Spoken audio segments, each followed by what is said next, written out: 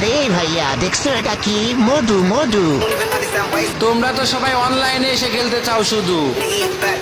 আরে ভাইয়া আসো এই মহাসড়কে, খেলা কারে বলে বুঝিয়ে দিবে তোমাদের। আমার গোল গাড়ির কিং ড্রাইভার মন্টু দাদু। দেখছো নি তার বয়স কত, কি তার চেহারা। এই মোটর লাইনে খেলার জগতে তার কিন্তু আছে পিএইচডি করা।